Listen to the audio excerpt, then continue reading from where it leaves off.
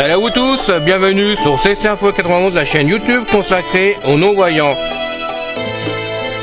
Présenté par Alain Leclerc, avec Pascal Cusson. Musique de notre ami José Licenciato, qui nous l'offre gratuitement la musique, merci à lui. Soyez tous et bienvenus sur la chaîne.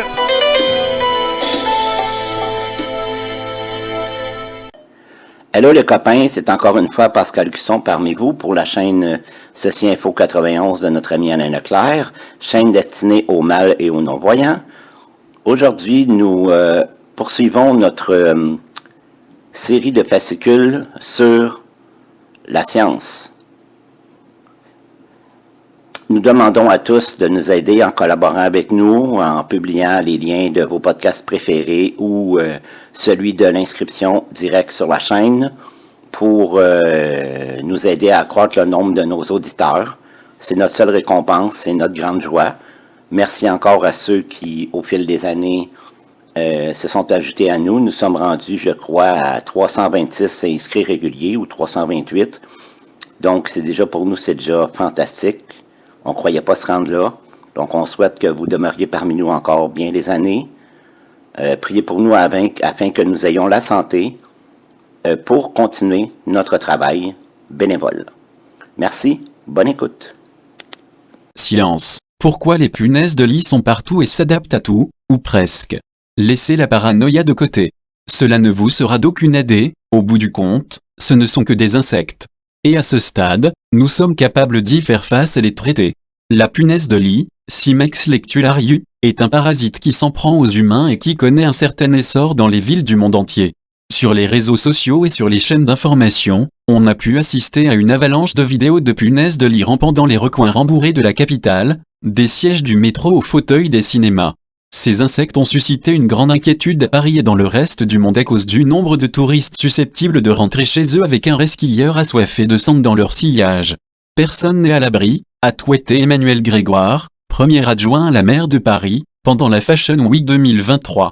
Bien que potentiellement casse-pieds, ces insectes ne transmettent pas de maladies et constituent en général davantage des démangeaisons sources de nuisances qu'une menace grave pour la santé. Des années 1940 aux années 1990, l'usage de pesticides les a rendus invisibles ou presque. Mais ces dernières années, elles ont fait leur retour et ont proliféré dans presque toutes les grandes villes, comme New York et Hong Kong, par exemple. À Paris, la situation présente moins les signes d'un débordement que ceux d'un problème de longue date, et donne à voir un exemple de ce qui rend ces bestioles si efficaces. À mon avis, il y a un problème de punaise de lit latent, et ce depuis longtemps, déclare Zachary De Vries, entomologiste urbain à l'université du Kentucky. Celui-ci n'a pas surgi juste au moment de la Fashion Week. Il s'est trouvé quelqu'un pour s'en apercevoir et pour attirer l'attention dessus. Au bon endroit, au bon moment. Ou plutôt, dans le cas présent, au mauvais endroit, au mauvais moment. Quiconque a fait l'expérience d'une infestation de punaises de lit chez soi sait que les morsures de Cimex lectularius peuvent entraîner des marques rouges sources de démangeaisons et d'inconfort. Et ces personnes savent sans doute aussi combien difficile est l'éradication des punaises de lit lorsqu'elles se sont installées à l'intérieur, qu'elles se sont nichées dans les tissus et dans les matelas et les coussins. Une seule punaise de lit a en général une durée de vie de quelques mois et, dans certains cas, d'une année. D'après Zachary De Vries, cela laisse beaucoup de temps à une population pour proliférer. Si vous lâchez une seule femelle qui était fécondée chez vous, très vite, elle peut donner naissance à une population qui peut devenir hors de contrôle en l'espace de quelques semaines à quelques mois, prévient-il. Qu'est-ce qu'une punaise de lit? Les punaises de lit font partie de la famille d'insectes des Cimicidae, qui regroupe une petite centaine d'espèces de petits insectes parasitiques se nourrissant d'animaux au sang chaud. Seules 3 de ces espèces sont connues pour mordre les humains, et la plus commune est Cimex lectularius. Les punaises de lit adultes sont d'un brun rougeâtre, n'ont pas d'ailes, et mesurent 0,5 cm environ, soit la taille d'un pépin de pomme. On les confond souvent avec d'autres suceurs de sang comme les puces mais elles se distinguent par leur corps plat et ovale. Les punaises de lit sont un problème depuis au moins aussi longtemps qu'il y a une histoire écrite, indique Zachary De Vries. On a découvert leurs minuscules restes dans des tombeaux égyptiens vieux de plus de 3500 ans. Mais quelle est leur origine? Les scientifiques ne sont pas encore sûrs de l'identité de l'ancêtre commun des punaises de lit, mais l'une des théories principales concernant les punaises de lit actuelles est que leur apparition a un lien avec les chauves-souris. Il y a 200 000 ans environ, quand les humains cohabitaient avec des chauves-souris dans des grottes, une lignée de punaises de lit s'est associée aux humains, explique Kobe Schall, entomologiste urbain à l'Université d'État de Caroline du Nord. Mais quand les humains ont quitté la grotte, la lignée a suivi. Les punaises de lit se nourrissent de sang humain. Elles laissent parfois des traces de morsures rouges, mais il arrive qu'elles ne laissent presque aucune marque. Régulièrement et depuis 35 ans, Lou Sorkin pratique le même rituel, il s'assoit au comptoir de sa cuisine, sirote une tasse de café et nourrit ses punaises de lit. Entomologiste du New Jersey, Lou Sorkin élève et étudie ces bestioles depuis le début de sa carrière et d'après son estimation, il aurait laissé plus de 200 000 punaises de lit se nourrir sur son bras au cours des décennies passées. Ce n'est pas vraiment un problème parce que je ne réagis pas mal lorsqu'elles me piquent pour se nourrir, explique Lou Sorkin, qui travaille désormais dans une entreprise de conseil qui aide ses clients à identifier et à traiter l'apparition de punaises de lit à leur domicile. Avant chaque repas, Lou Sorkin commence par expirer de l'air dans les récipients en verre qui contiennent ces punaises de lit, en prenant soin de se placer derrière une fine moustiquaire.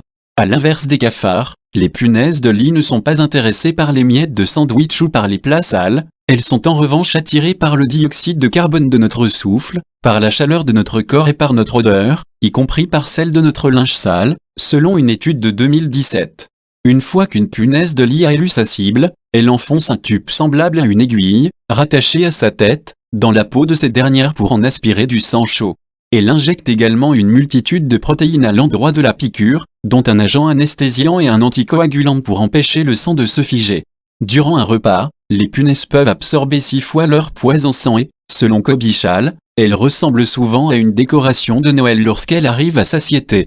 Bien que les punaises de lit ne soient pas connues pour être porteuses de maladies, leur salive peut induire chez certaines personnes une réaction allergique qui se traduit par l'apparition de grosses bosses qui démangent. Selon lui toujours, d'autres personnes peuvent très bien ne pas se rendre compte qu'elles vivent en compagnie de punaises de lit, car leur peau ne présente aucune réaction du tout.